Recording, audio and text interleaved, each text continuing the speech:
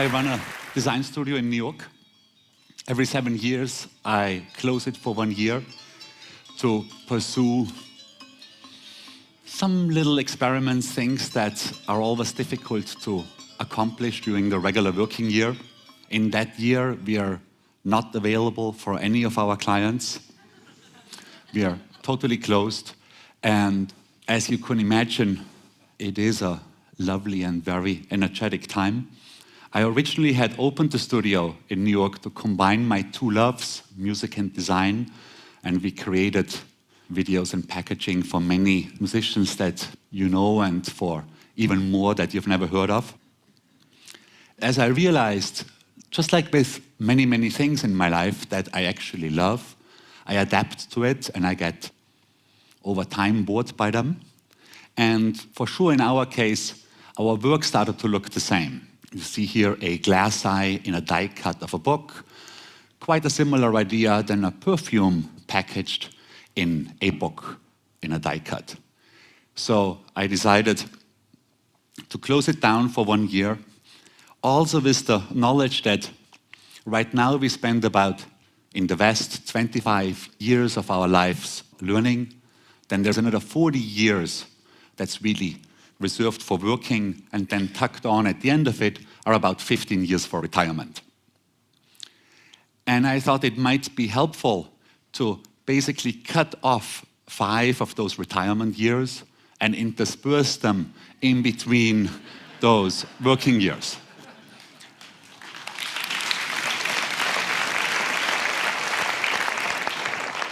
That's clearly enjoyable for myself. But probably even more important is that the work that comes out of these years flows back into the company and into society at large, rather than just, benefiting a grandchild or two. There's a fellow TEDster who spoke 2 years ago, Jonathan Haidt, who defined his work into 3 different levels, and they rang very true for me. I can see my work as a job. I do it for money. I likely already look forward to the weekend on Thursdays, and I probably will need a hobby as a leveling mechanism. In a career, I'm definitely more engaged, but at the same time, there will be periods when I think, is all that really hard work really worth my while? While in the third one, in the calling, very much likely, I would do it also if I wouldn't be financially compensated for it. I'm not a religious person myself, but I did look for nature. I had spent my first sabbatical in New York City, looked for something different for the second one.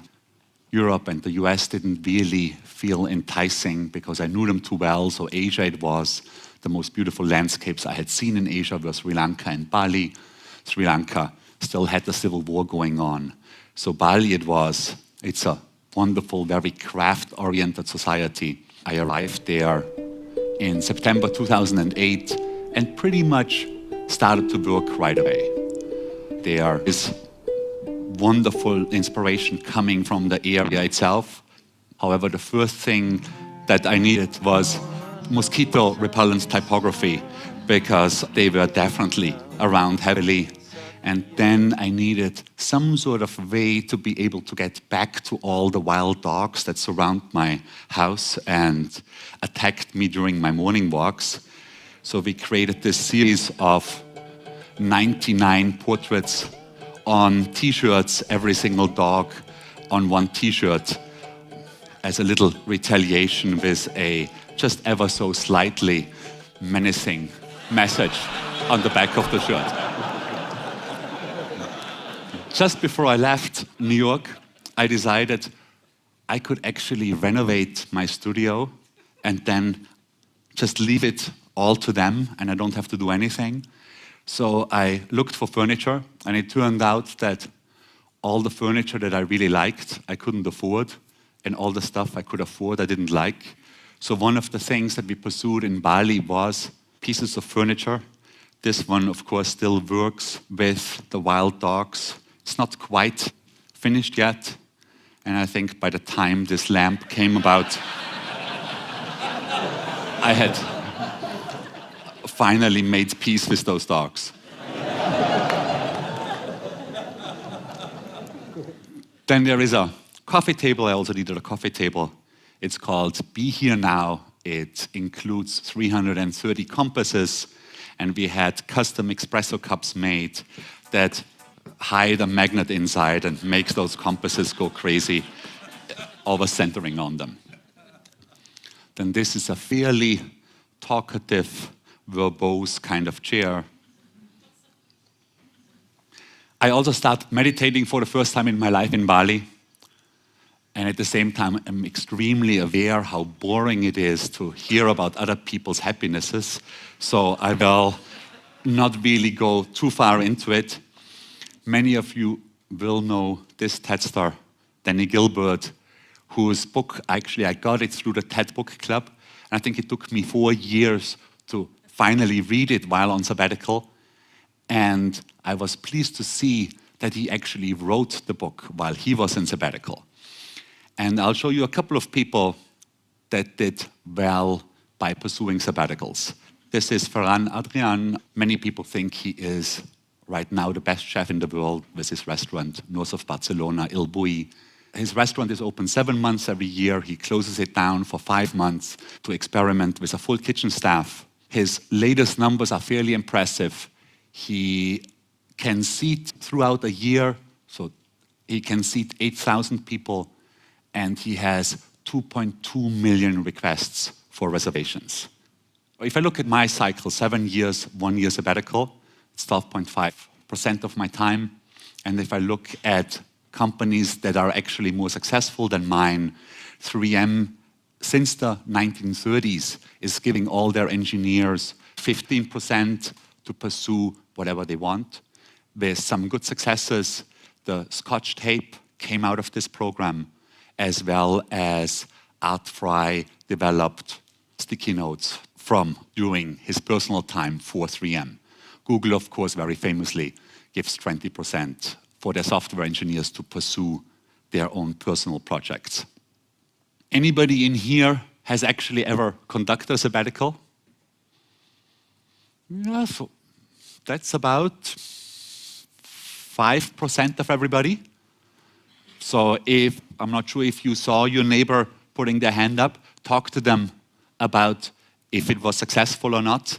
I found that finding out about what I'm going to like in the future, my very best way is to talk to people who actually done it much better than myself envisioning it. When I had the idea of doing one, the process was I made the decision and I put it into my daily planner book. And then I told as many people as I possibly could about it so that there was no way that I could chicken out later on. In the beginning, on the first sabbatical, it was rather disastrous. I had thought that I should do this without any plan, that this vacuum of time somehow would be wonderful and enticing for idea generation. It was not. Without a plan, I just reacted to little requests, not work requests, that those I all said no to, but other little requests, sending files to Japanese design magazines and things like that. So I became my own intern, and I very quickly made a list of the things that I was interested in, put them in a hierarchy, divided them into chunks of time, and then made a plan very much like in grade school. What does it say here? Monday, 8 to 9 story writing, 9 to 10 future thinking. Was not very successful, and so on and so forth. And that actually, specifically as a starting point at the first sabbatical, worked really well for me. What came out of it? I really got close to design again. I had fun. Financially, seen over the long term, it was actually successful because the improved quality, we could ask for higher prices. And probably most importantly, basically everything we've done in the 7 years following the first sabbatical came out of thinking of that one single year. And I'll show you a couple of projects that came out of the 7 years following that sabbatical. One of the strands of thinking I was involved in was that sameness is so incredibly overrated. This whole idea that everything needs to be exactly the same works for a very, very few strand of companies and not for everybody else. We were asked to design an identity for Casa de Música, the Rem Koolhaas-built music center in Porto, in Portugal. And even though I desired to do an identity that doesn't use the architecture, I failed at that, and mostly also because I realized out of a Rem Koolhaas presentation to the city of Porto, where he talked about a conglomeration of various layers of meaning, which I understood after I translated it from architecture speech into regular English, basically as logo making. And I understood that the building itself was a logo, so then it became quite easy. We put a mask on it, looked at it thick down in the ground, checked it out from all sides, west, north, south, east, top and bottom, colored them in a very particular way by having a friend of mine write a piece of software, the Casa de Música logo generator, that's connected to a scanner. You put any image in there, like that Beethoven image, and the software in a second will give you a Casa de Música Beethoven logo, which, when you actually have to design a Beethoven poster, comes in handy because the visual information of the logo and the actual poster is exactly the same, so they will always fit together, also conceptually, of course. If Zappa's music is performed, it gets its own logo, or Philip Glass or Lou Reed or the Chemical Brothers, who all performed there, get their own Casa de Música logo. Works the same internally with the president or the musical director, whose Casa de Música portraits wind up on their business cards. There is a full-blown orchestra living inside the building, has a more transparent identity. The truck that they go on tour with. Or there's a smaller contemporary orchestra, 12 people, that remixes its own title. And one of the handy things that came about was that you could take the logo type and create advertising out of it, like this Donatoni poster, or Chopin, or Mozart, or La Monte-Young. You can take the shape and make typography out of it. You can grow it underneath the skin. You can have a poster for a family event in front of the house, or a rave underneath the house, or a weekly program, as well as educational services. Second insight. So far, until that point, I had been mostly involved or used the language of design for promotional purposes, which was fine with me. On one hand, I have nothing against selling. My parents are both salespeople. But I did feel that I spent so much time learning this language. Why do I only promote with it? There must be something else. And the whole series of work came out of it. Some of you might have seen it. I showed some of it at earlier TEDs before under the title, Things I've Learned in My Life So Far. I'll just show two now. This is a whole wall of bananas at different ripenesses on the opening day in this gallery in New York. It says, self-confidence produces fine results. This is after a week, after 2 weeks, 3 weeks, 4 weeks, 5 weeks, and you see the self-confidence almost comes back, but not quite. These are some pictures visitors sent to me.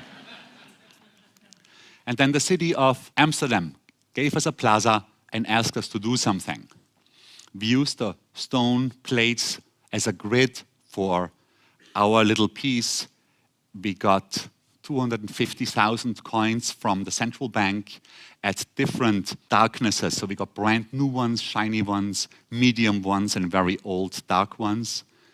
And with the help of 100 volunteers over a week, created this fairly floral typography that spelled obsessions make my life worse and my work better.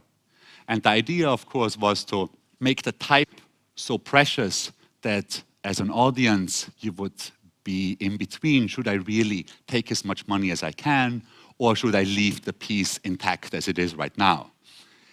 While we built all this up, during that week, with the 100 volunteers, a good number of the neighbors surrounding the plaza got very close to it and quite loved it. So when it was finally done, and in the first night, a guy came with big plastic bags and scooped up as many coins as he could possibly carry. One of the neighbors called the police, and the Amsterdam police, in all their wisdom, came, saw, and they wanted to protect the artwork, and they swept it all up and put it into custody at police headquarters. I think you see them sweeping right here. That's the police getting rid of it all. So after 8 hours, that pretty much was all was left of the whole thing. We're also working on started a bigger project in Bali. It's a movie about happiness. And here we asked some nearby pigs to do the titles for us. They weren't quite slick enough, so we asked the goose to do it again and hoped she would do somehow a more elegant or pretty job. And I think she overdid it, just a bit too ornamental. And my studio is very close to the monkey forest, and the monkeys in that monkey forest looked actually fairly happy. So we asked those guys to do it again. Did a fine job, but had a couple of readability problems. So, of course, whatever you don't really do yourself doesn't really get done properly. That film we'll be working on for the next 2 years, so it's gonna be a while. And of course, you might think that doing a film on happiness might not really be worthwhile. Then you can, of course, always go and see this guy.